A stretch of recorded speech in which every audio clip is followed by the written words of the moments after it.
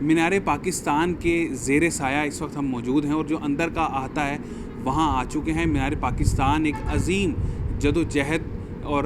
قربانیوں کی یاد دلاتا ہے کہ کس قدر عظیم اور ہزارہا قربانیوں کے بعد پاکستان معرض وجود میں آیا، اور یہ مینار پاکستان بھی اسی کی یاد دلا رہا ہے۔ اور یہ آپ دیکھ سکتے ہیں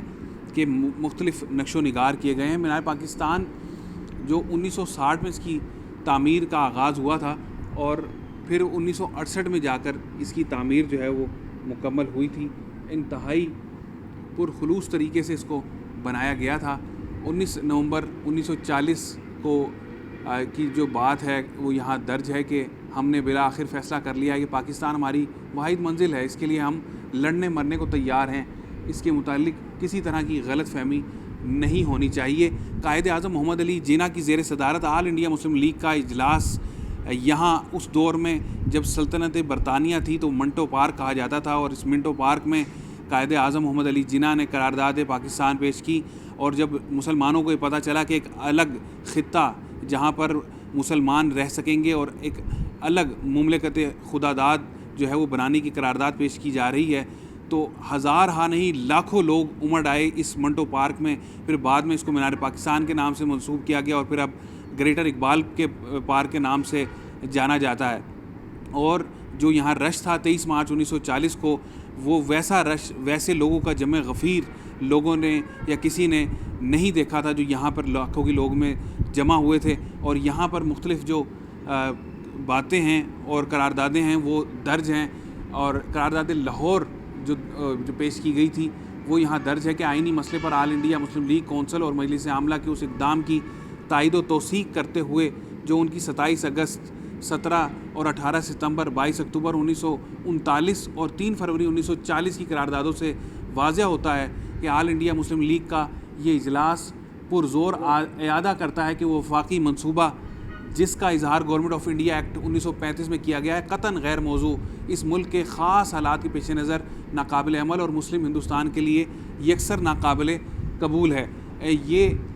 گفتگو جو یعنی یہ قرارداد جو ہے یہ یہاں پر درج ہے جو اس وقت پیش کی گئی تھی پاکستان بنانے کے لیے، اور پاکستان بننے کے بعد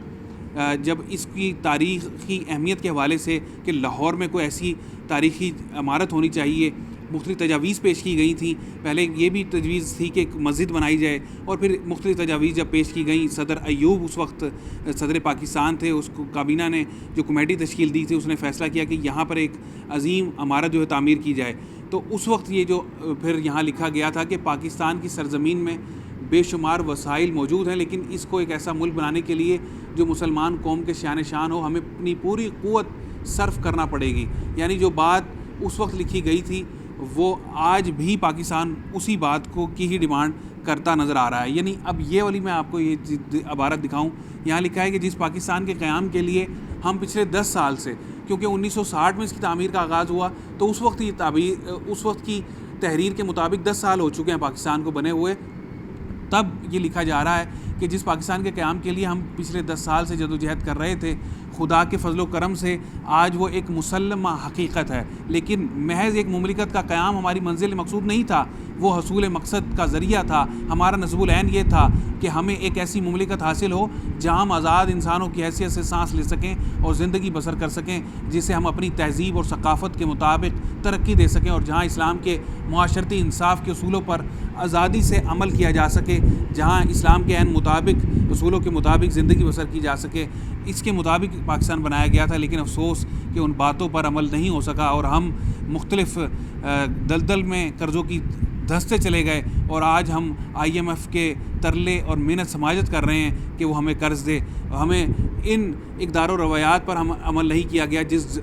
جذبے سے پاکستان بنایا گیا تھا، اور اس پر ہی عمل کرنے کی ضرورت ہے۔ ہلال حیدر زیدی کو اجازت دیں، آج 23 مارچ ہے، 1940 کو یہاں جمع غفیر تھا پاکستان بنانے کے لیے، اور آج 23 مارچ 2024 ہے، اور ہم اسی عزم کا اعادہ کرتے ہیں کہ انشاءاللہ العزیز پاکستان